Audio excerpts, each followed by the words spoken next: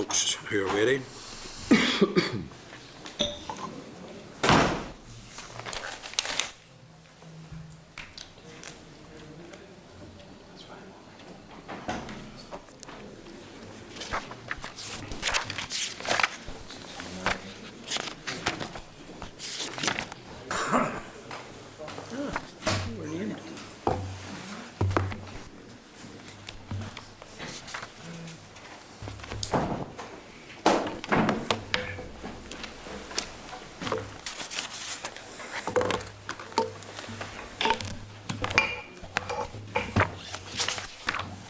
Well, we've just moved from closed session into open session for this meeting of Standards and Privileges Committee.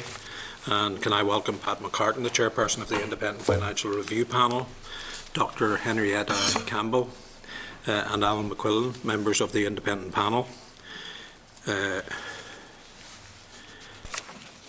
Just by way before I call you in, Pat, the committee had written to the panel on two issues.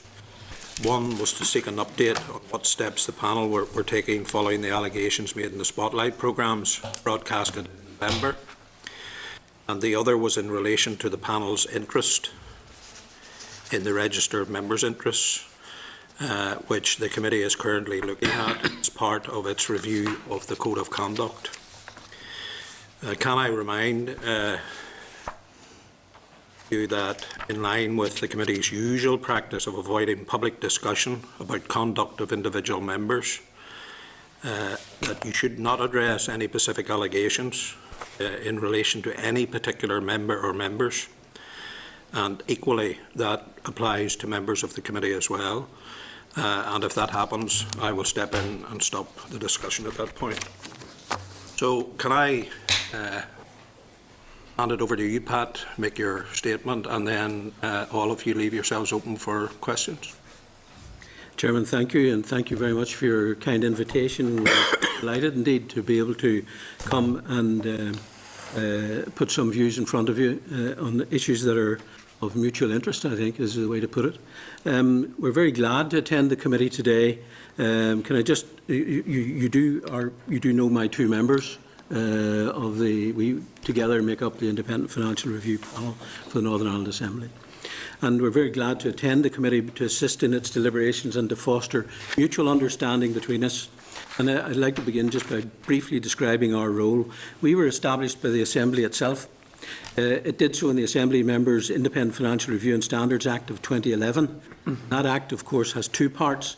The first part was sponsored by the Assembly Commission and deals with the panel. And the second part was sponsored by this committee and deals with the Commissioner for Standards. And the Act, together with the Northern Ireland Act 1998, sets clear rules for each element in one complex governance regime. We are only one such element. The Assembly, the Committee, the Commissioner and the Assembly Commission are other elements. Now, each of those has its role, and each role we fully respect. Our main role is to make determinations as to the salaries and allowances and pensions payable to members of the Assembly. And prior to our establishment, that role was, of course, taken on by the Assembly itself.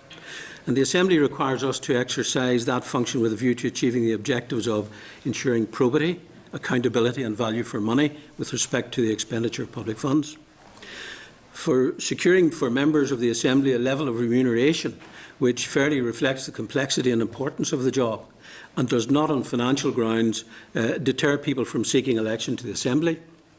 And for securing for members adequate resources to enable them to do their jobs. Now, we make determinations that are intended to achieve these objectives. And that's not by any means an easy task.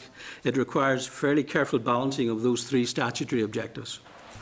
So it's important to emphasise that the Assembly created this panel as an independent body, not subject to the direction by the Assembly or the Commission. We're an independent body. We seek to engage fully and cooperatively with other parts of the governance regime. It is, for example, for the Commission to administer our determinations. We have no role whatsoever in that. Nor do we have any role in investigating any individual breach of the rules. But if we become aware of such a breach, it is incumbent on us to decide whether our determination should be changed so as to prevent it happening again. And we're expressly required by Section 2, subsection 3 of the Act to keep under review the extent to which our determinations appear to be achieving the 3 statutory objectives. Now, in some cases, of course, this committee may report on such a breach if it also comprises a breach of the code.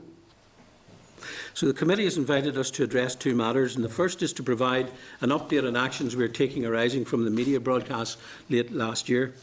And some of the issues raised are similar to matters that we have in fact already addressed. In our exceptional determination of December 2012, we dealt with staff pooling arrangements and contracts for services. Some of the issues raised are similar to matters which we are already considering or have consulted on.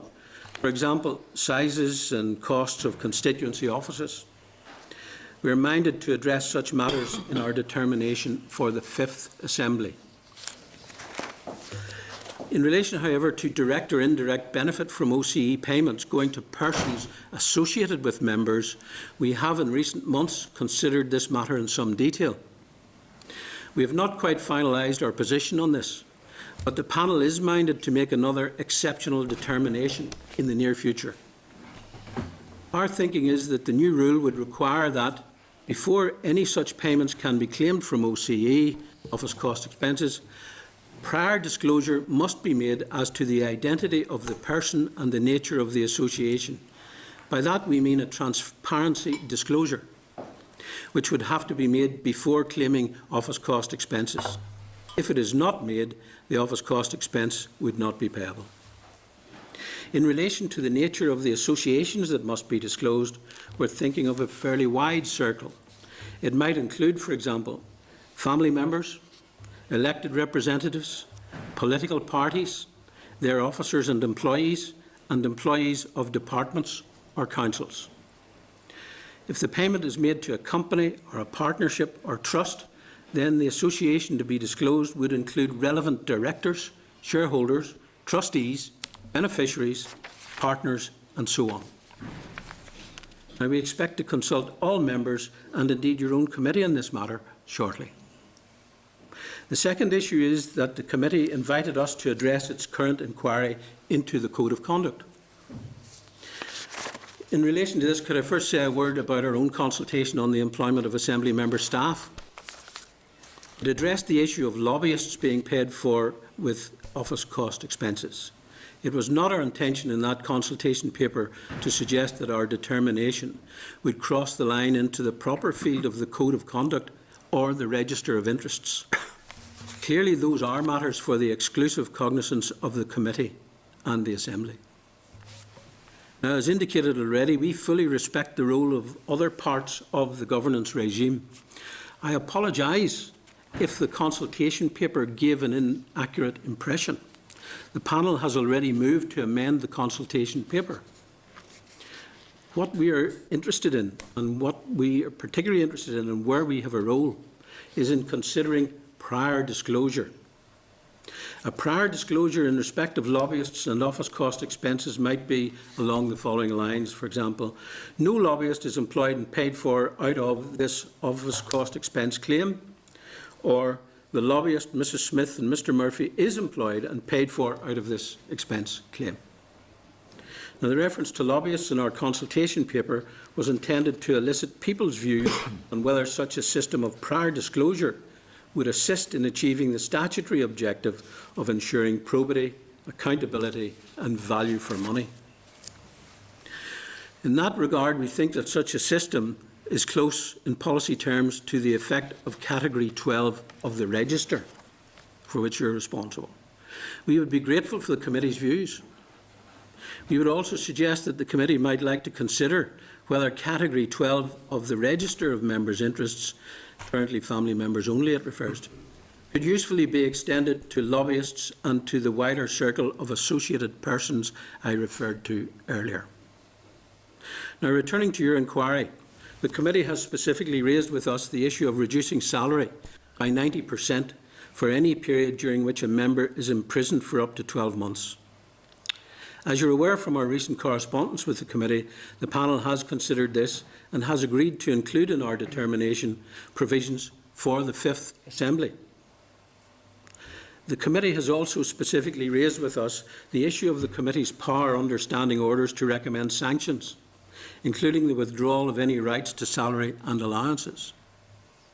The panel, of course, has no role in relation to disciplining any member who might have breached the code, even if the breach is connected with salary or allowance. The panel is nonetheless very supportive, in the interest of probity and transparency, of rigorous and fair enforcement of the code. Therefore, if reduction of salary or allowances is a sanction that the committee wished to recommend in any case, the panel would not wish its determinations to be an obstacle. And I am therefore happy to say that although, again, we have not yet concluded our thinking on salaries and allowances for the next Assembly, the Fifth Assembly, we are minded to include in our determination provisions dealing with this matter. Now, I expect that some liaison may be necessary with your clerk and with the Finance Office in order to arrange the details of a suitable mechanism. I understand that the committee is also interested in our views in any other of the various matters raised in the issues paper provided to the committee. We are content for the moment that beyond the points we have addressed today, we have nothing more usefully to add. The panel has only limited resources and intends to make its main determination for the Fifth Assembly in the near future. If in so doing any further issues arise, we would be happy to communicate them to the committee. Finally, we are currently in our own consultation mode. If the committee has any views on the structure or content of the regime for salaries, allowances or pensions for the Fifth Assembly, we would be very happy to hear of them and to discuss them today or in the future.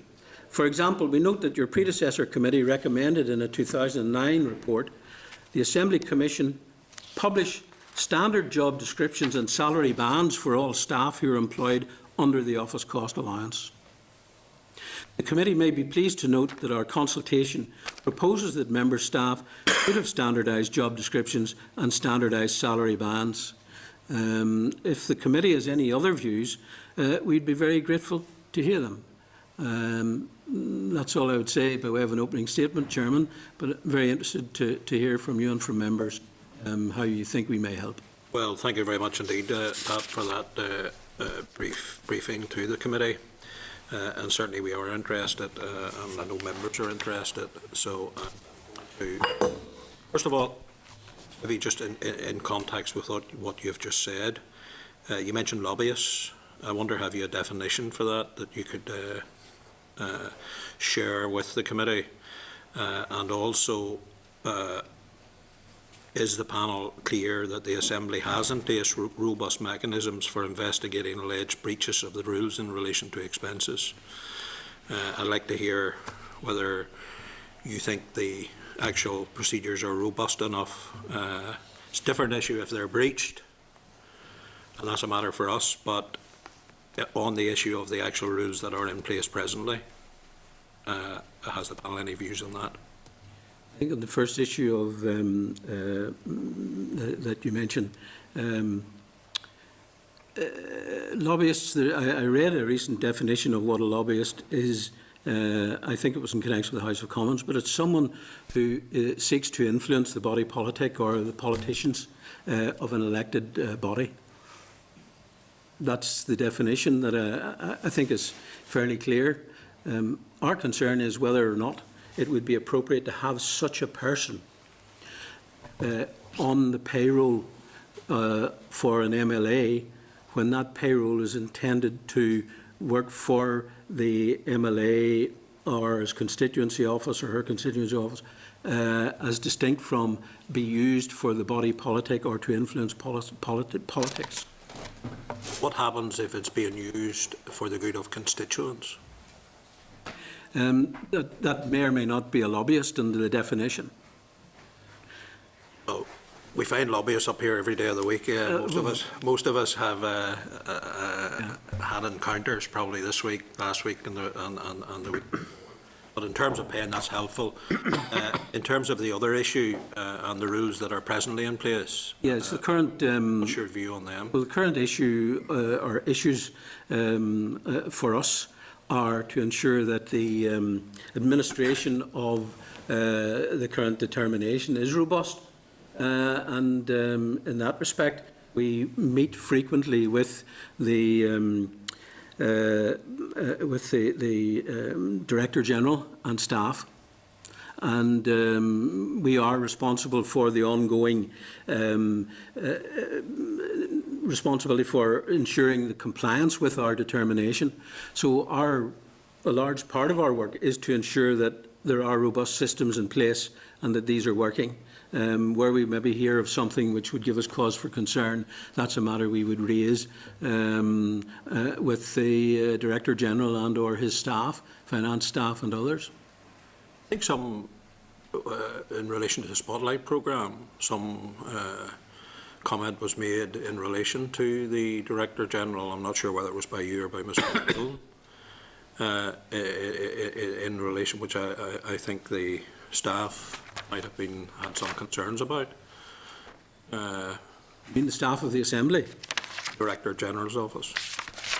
Yeah. The Director General and I have had a number of robust discussions about such issues, and I've reported them fully to the committee, to the panel. It is healthy that we have such a relationship. I'm not aware of any other concern you might have. Specifically asked you in relation to the recent Spotlight programme and the follow-up radio programmes, which both you and Mr. McCall have done. I think Dr. Campbell didn't do any public interviews, but there was certainly what appeared to be criticism of the Director General and some of his staff. Has he raised that with you, and have you anything to say in response? He has not raised that with us as a panel or with me individually. We are meeting him next week, and we've met him several times since the Spotlight programme that you referred to and the consequences of it were aired. And I'm not aware of him having raised such a concern.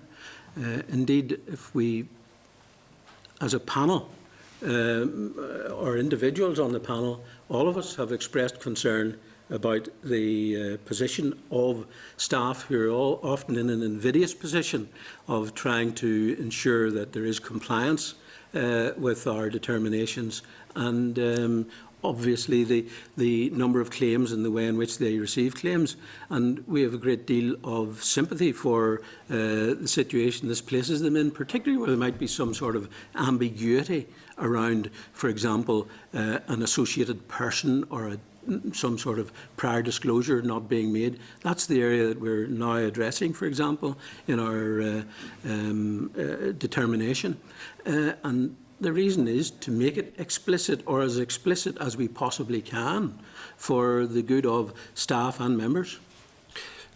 But I mean, in terms of any issues that have been raised, certainly haven't been raised with this committee, I assume that those issues that you say staff and the position that staff have been put in, those issues have been clarified by members if necessary. Is that the case? I assume that the relationships are okay and they're working effectively. I'm not aware of any problem in that regard, and hasn't been brought to our attention by the Director General. So there's no issues there that you can tell us? I don't think so. Another member of the panel can tell us? No? Okay. Cathal Boylan. Thank you very much, Chair, and thank you very much for your presentation. You're very welcome. Just a couple of points of clarity, and it's just in light of the programme. There seems to be a wee bit of a perception out there that maybe you've strayed into the role maybe of the committee in terms of the register members' interests. Just I'd like some clarity on that, and just to ensure that whatever your role is going to be to carry out here with the committee, but you'll do it independently yourself in relation to that matter. Yes, I'm very grateful for you raising that, because I think there is considerable scope for confusion over what is the role of the committee and what is the role of the panel. We don't have an enforcement role, for example. But the question of, is there a confusion between the disclosure required for drawing down office cost expenses and your requirement for the full register of interests and maintaining that register of interests. Indeed, I think it's part of your current review that you look at all of that. We're very anxious not to stray into your area, but we are also very anxious that when we do, for example, look at ways of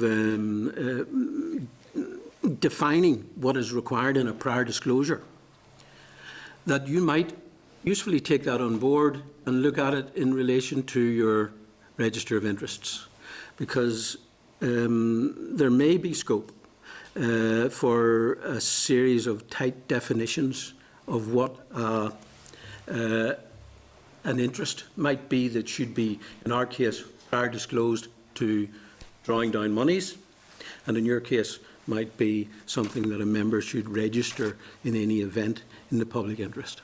There might be. And I think that there's an area there where when you see the consultative document we will issue shortly on this area of prior disclosure, and which has been prompted by the media blitz, if you like, last November, that you may well find it helpful in relation to reviewing your own code of conduct. Well, and that's fine, but clearly, from a media point of view, and you mentioned there a media blitz, the perception there was, you know, we have to define what codes what and what responsibilities are what, and there's a wee bit of a concern about that, but clearly you've answered the question. We need to ensure that that doesn't happen again. We'll certainly wait your report in relation to that. And we have written to the clerk and to the chairman, sorry. I was only looking clarity on that issue, thank you. Just in the other issue, you mentioned category 12 in relation to the register of members' interest. In terms of the lobbyists, I know that the lobby, and the chair had spoke about this earlier. Does that happen in any other legislature? My understanding is, Etta, would you like to start with it? I know that something in Westminster is very tight on this. Yes. I mean, our understanding in terms of Westminster is that they're very aware of the issue of lobbyists. And I think therefore it's quite important we can work together on what this means in terms of the use of office expenditures. So I don't see any conflict in us working. Right, okay. And I would say in general, and particularly when you talk about the register, I mean, I don't think the panel see any conflict between what we do and what you do, because we're all in the business of openness and transparency. That's what you're about in the code. And what we're about in terms of openness and transparency is in the use of public money. So I don't see any conflict there, and the more that we talk to each other on these issues and understand what each other's rules are, then there shouldn't be. No, I respect that, but we're just in the middle of reviewing the code, and you know, we want to bring the final code of conduct out, and we don't want anything interfering in the. You're right. We'll certainly work together in terms of bringing that forward. But Chair, thank you very much. Sammy Douglas. Thank you, Chair. Thank you for your presentation. In your consultation document, you referred to members having to register connected parties, and you've mentioned that earlier on. Do you now accept that members already have to register in the register of members' interests those family members who benefit directly or indirectly in any way from the office costs or expenditure? Do you now accept I do accept that, and I do accept that it could be better defined, and we're attempting to do that in relation to prior disclosure. You may well find some advantage in looking at what we do in relation to whether or not parts of it could be brought into your code. Might be, in the minds of the public generally, a very good thing to do. Well, on the Nolan show on the 12th of December, you said if you are talking about members' expenses and family members being employed by MLAs, you said if you are only going, this you said in Nolan, if you're only going to employ one family member but you have two, well, I might employ your other one, and by the way, you might employ one of mine. Do you regret saying that? I mean, to me, that's a very flippant remark, and it's actually untrue. Well, I'm sorry you find it a flippant remark. It reflects some of the practice that goes where there is reciprocation, or maybe reciprocation, between one member and another. But surely you're saying now that you accept members do register, but yet you're talking here about you employ. If in the context of the remark, thank you for reminding me. I think that the interviewer raised the issue of register of interests. I certainly replied about disclosure, and I am interested in disclosure for the drawdown of expenses, which is properly our approach. If you read and I have done this, Mr. Douglas, read the transcript, and that's actually what it was. I heard the interview as well. And yeah, and I have no doubt that you had the impression that, given by the interviewer, that this was about the issue which is properly appropriate to your committee. And my response was properly appropriate to prior disclosure for office cost expenses. No regret about saying that. No, I think it's a fair remark in the context, yeah. For me, to be honest, it came across that, as I would say in Newton Orange Road, you were doing a bit of showboating and feeding the media hype. I can accept things. I know they're in terms of the assembly that it's quite low out in the public there, but those sorts of comments, which I certainly believe is flippant, that feeds into that frenzy. I think that the direction of the interview was not in my control, and I think I dealt with it fairly without compromising the situation and reflecting something of current practice. If you're asked the same question, is that the sort of answer you would give?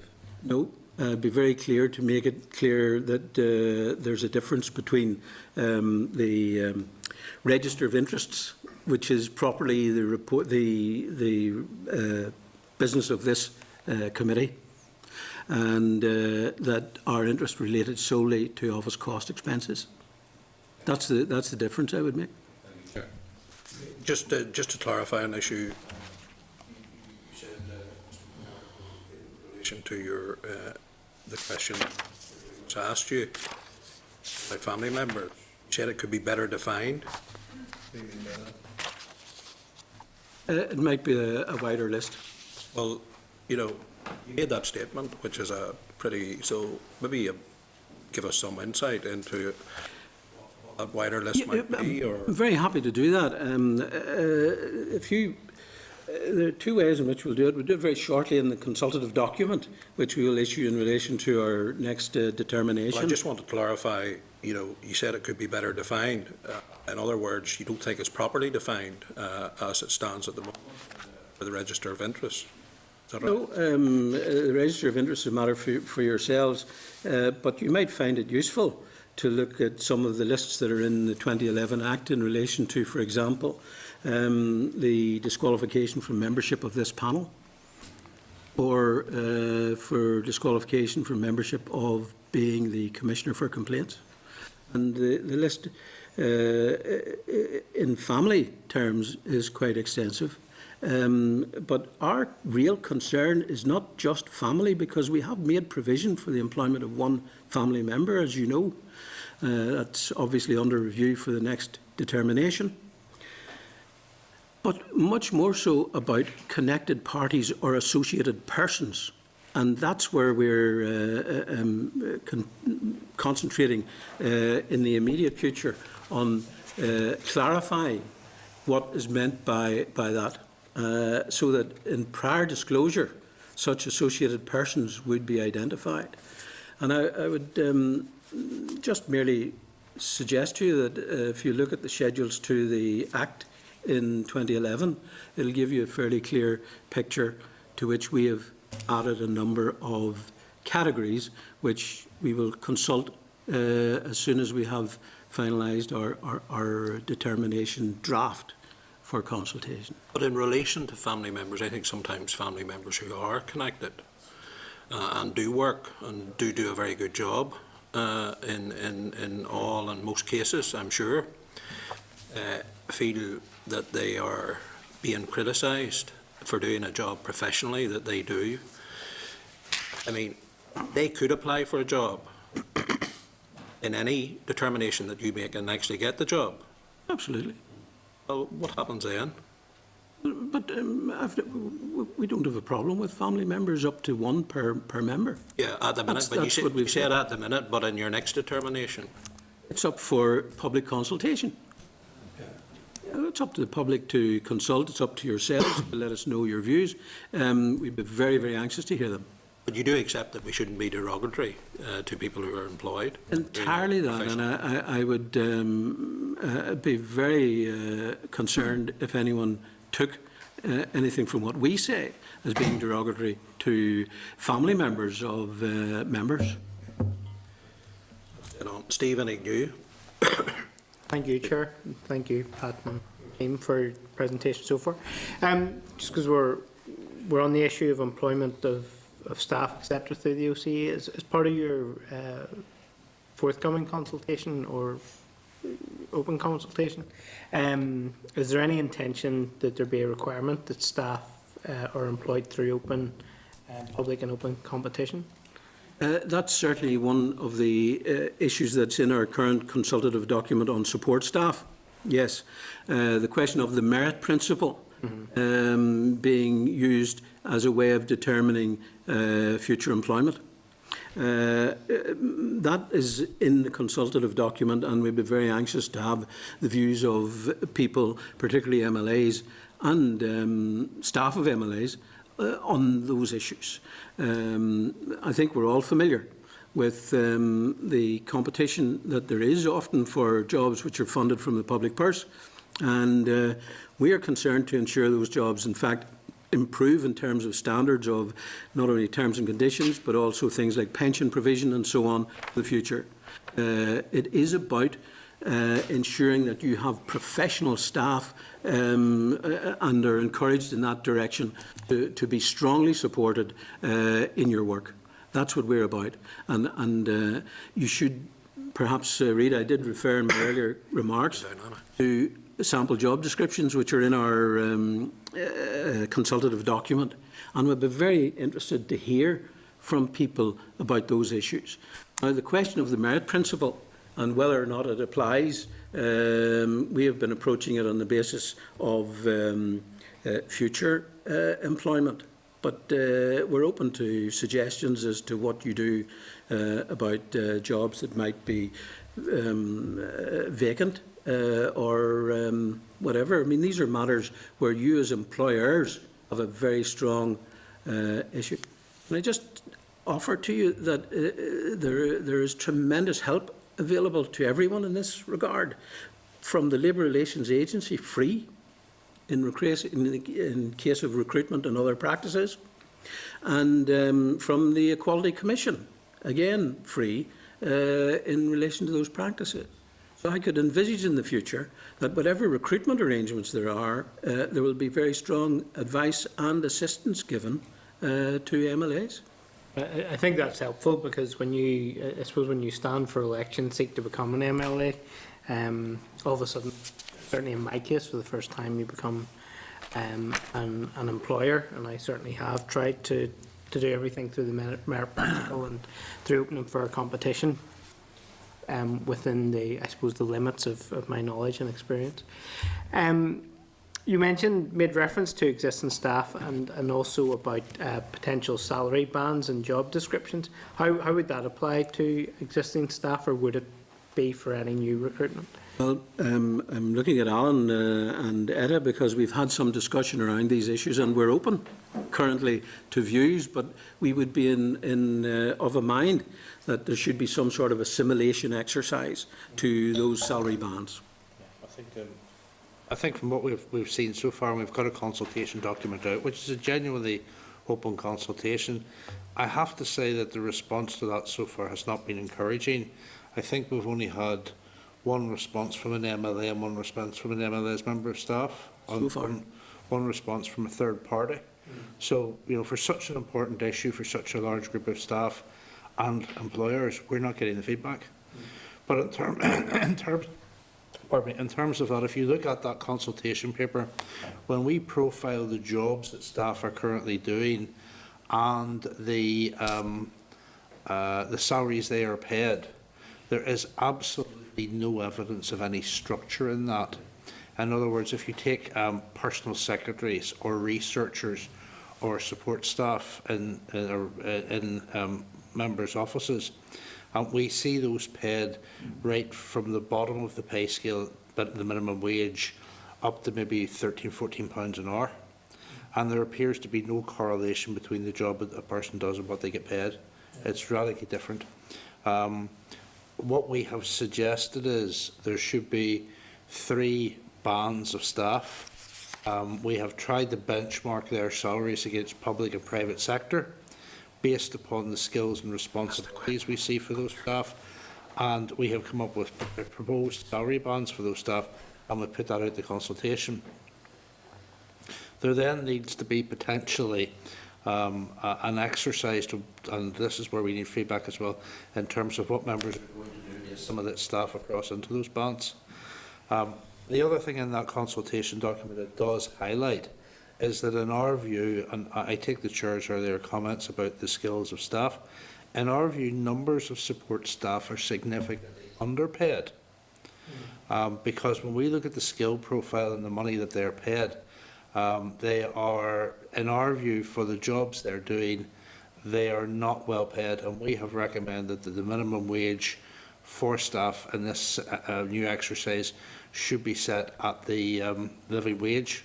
So I see significant numbers of staff would receive a pay raise under this. So those are several issues. There are, however, in the existing pay scales, and the consultation paper highlights this, there are a number of outliers. For example, we have a significant number of staff who are paid at very much above what we consider is the appropriate level for the responsibilities of those posts. And we have a couple of staff who are actually paid more per hour than the MLA who employs them. We find that difficult to understand, and therefore we would welcome any feedback on that.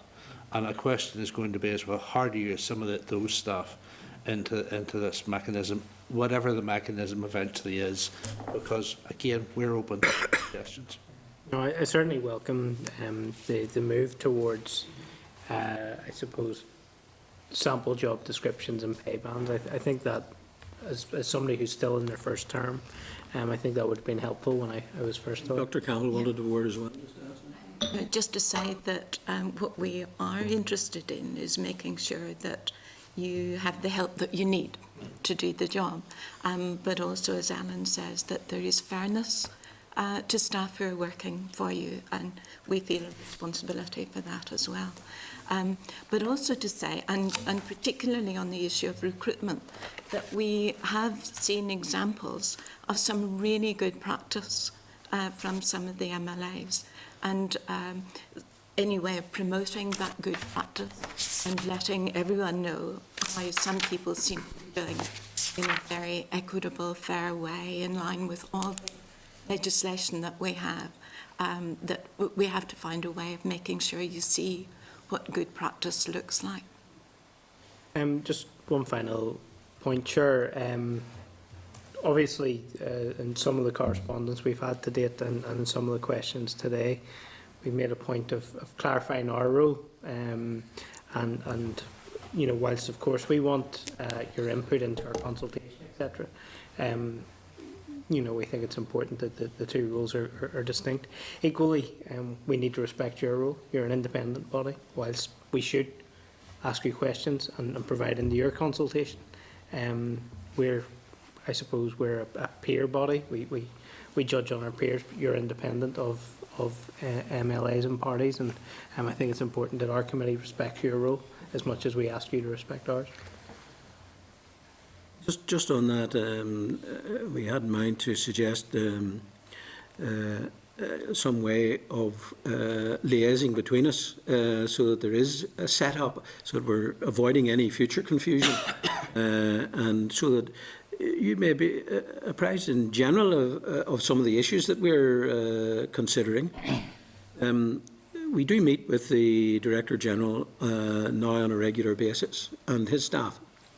And it would be a matter for the Director General to determine whether or not you could be represented through your clerk at such a meeting or meetings, so that you're fully appraised of what's going on, or find some other liaison mechanism. We would be quite happy with that.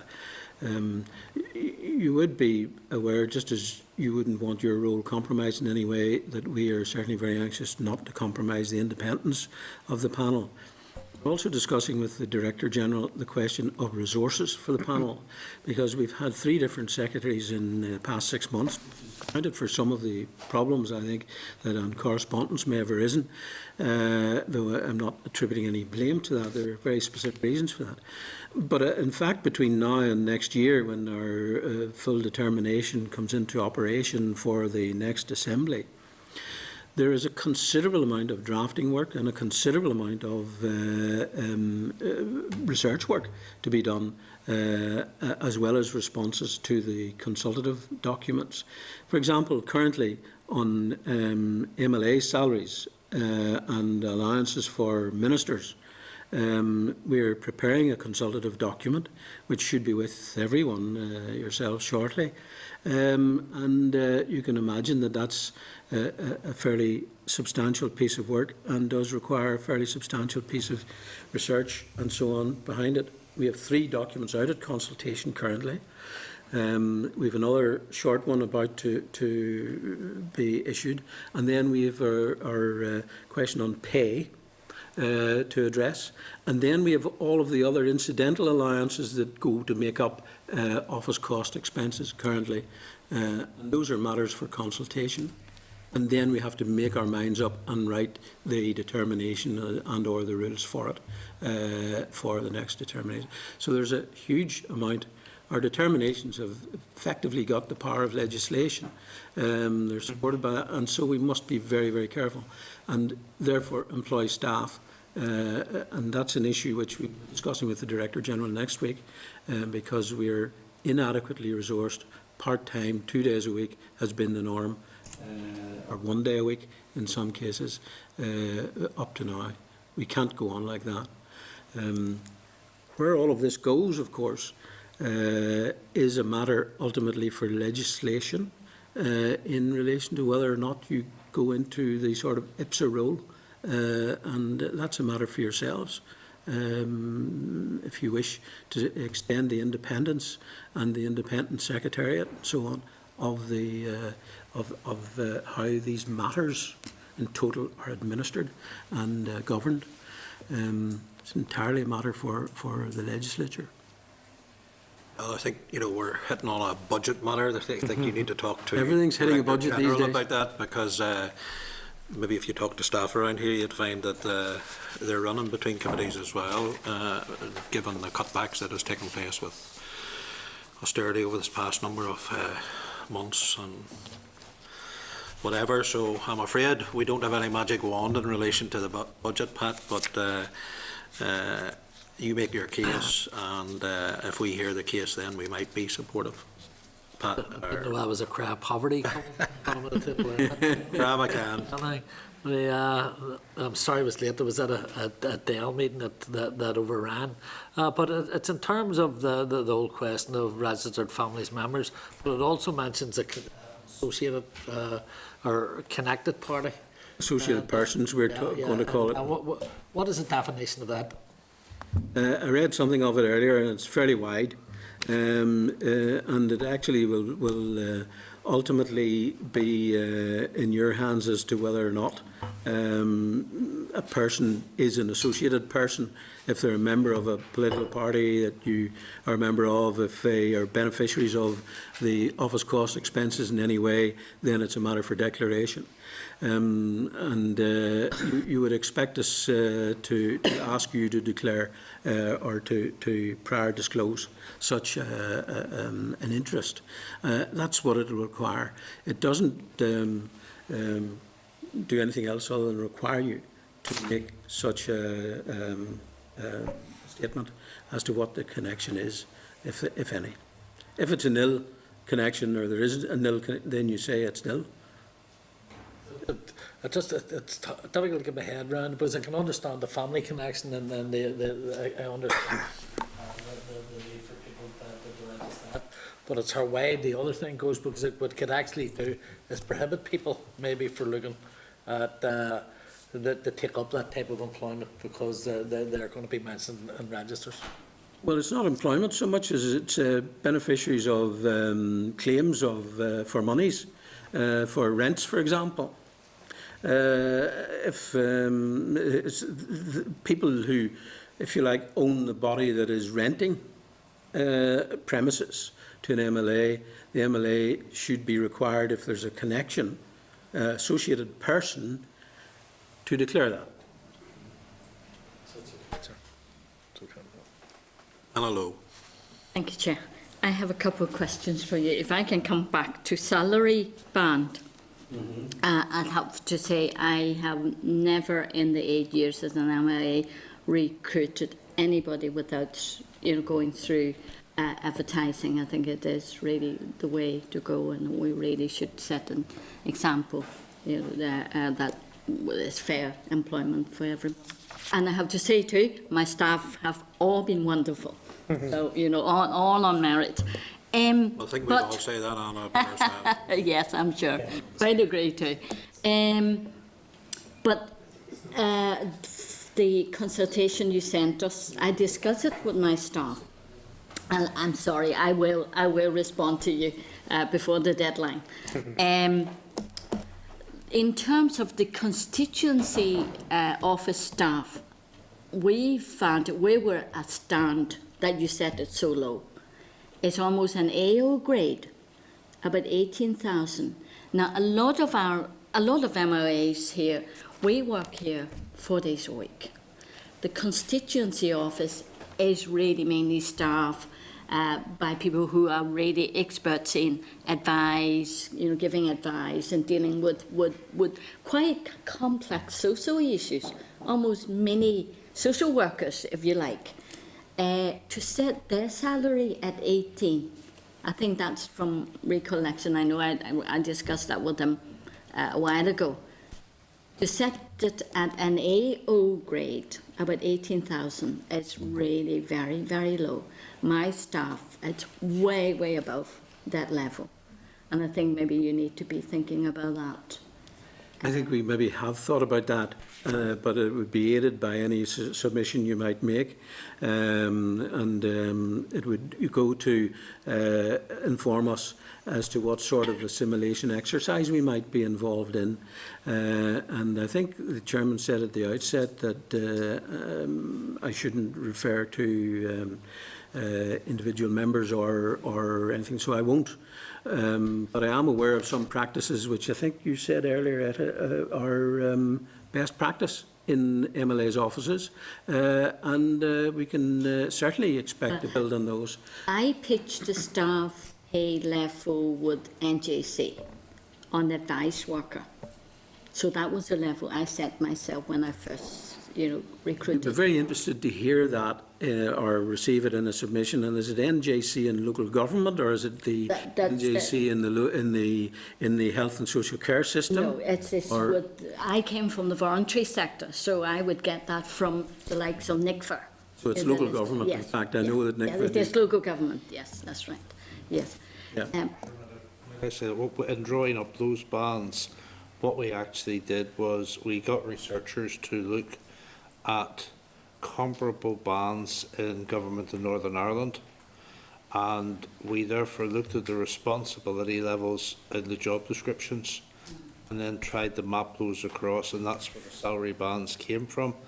If there are some of that modelling you think is wrong, it would be very helpful for us to understand what benchmarks you're using to set your salaries, because we can then look at that and maybe find that there are other ways of doing it. If you look at advice workers in the voluntary sector, we're well above 18,000 to start. You wouldn't get anybody who would go into a job working as advice worker at 18,000. I did chair Health Trust that employed 22,000 people, so I have a fair idea of staff in the statutory side of what is a fair and reasonable salary. Very interested in your views, and we'll pay them great attention. But I would just also say you should look at the ASH survey, which indicates what average earnings and salaries are in Northern Ireland. And this is a point I make to you because whether you should think you should be constrained by Northern Ireland averages of private and public sector, or whether it should be some other link like NJC or whatever, which is generally a nationally laid down set of scales. Why I make the mention is that the current average earnings in Northern Ireland for a full-time worker is £24,020, 24020, which is exactly half of the salary of an MLA. So you can say, even when we get to MLA salaries, and you'll see this actually set out in the consultative document, that, you know, is that the right ratio, for example, is a question. Should people in Northern Ireland be paying their MLAs twice? Well, I think that actually that might be easily justified on the basis of what sort of incentive do we need for people to give up careers and go into politics and so on. But that's the sort of area, and if you look at others by category, you'll see those averages in Northern Ireland jumping out at you. One of the things that's most important that we've put into our support staff document is we don't want any staff paid minimum wage. It's the living wage which is the backdrop. We will not allow it to drop below that. I agree with you, and I think some politicians would think that, you know, a lot of young people would like to apply for jobs coming in, working for MLAs as their starting point, coming out of university. It is a bit of exploitation, and say there are plenty of people who would not want that sort of job to start their career. And, you know, I don't think it's right then, you know, we pay them so little, thinking there are plenty of people who would want that job. That's one thing. Another thing is, Pat, I'm not sure whether you're aware, I was at one stage on the receiving end of what you may call a racist slur. Sorry, I'm going to have to stop you here because you're going into areas that is not what we're wanting to talk about today. No. Remember, It's Standards and Privileges Committee. Yeah. No. I'm coming to it. I give you quite a bit of leeway with the first issue. So. No, if I may come into it, it is actually something in relation to our committee. This is in relation to our current review of the Code of Conduct. We suggested, or we agreed as a committee, that staff should also adhere to a Code of Conduct. In your determination, would you agree to that? What I was saying was, I received this slur, racist slur, and I accepted the apology from the MLA. He didn't do it. It was a member of staff. Sorry, I'm going to have to stop you there, Anna. Get to your question, ask the question Yeah. that you want to ask. No, but I just wanted to finish my sentence. Chairman, it's a question of whether there should be a code of ethics or a code of conduct for our staff. Support staff. For our support staff. And I think that's an interesting point to raise. I don't know why, but I thought there was something there already. But if there isn't, it's something that would you put in your determination? Clearly, we could consider such a matter. Yes, is the answer, we'd be happy if it's raised with us. Even now that you've mentioned it, it's something that I think we will have a look at. Clearly, you know, we all have a vested interest in ensuring that proper codes of conduct apply throughout the working life. Okay. Sammy Douglas. Sure. Can I take it back to the connected persons? Is that what you said? Yeah, I think we're talking about associated persons now. And persons can include companies and organisations. From a previous one. Yeah.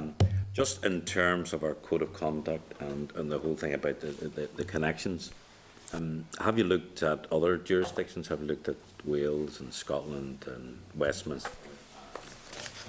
the European Union as well, European Parliament. If you did, how do we measure up in terms of our code of conduct and what we're doing? Well, I wish I could give you the measure in a sort of a league table, but we haven't done it in that detail. But we are certainly aware of Wales and Scotland and Westminster, and indeed our friends in the Oireachtas, as to what the issues are around the code of conduct that you mentioned. Whilst we're not responsible for the code of conduct, we could nonetheless express some views, our determination that might be assisting the code of conduct. That's why I think it's very important for us to liaise into the future. The best will in the world, I don't see yourselves coming out with a brand new code of conduct much before the next determination, but I could expect that might be a sort of a kind of watershed date, and we would be only too glad to feed in or assist.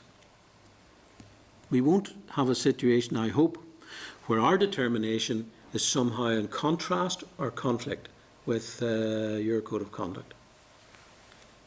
Okay. Any other member? Pat, can I thank you very much indeed, Dr. Campbell and Alan McQuillan. Thank you all very much. Just in terms, Pat, of line of communication, I mean, we're open. If you have issues that you want to talk to us about, I mean, we'd be happy to, if it's within our bailiwick, very happy to be time in terms of the committee, coming along to the committee. Thank you for that, and it's something we'll respect greatly. I will ensure that we keep in touch with your committee on our matters as we progress, and similarly, if there's anything you think, we'll be very happy to hear from you informally or formally to address certain issues. Thank you very much in the meantime.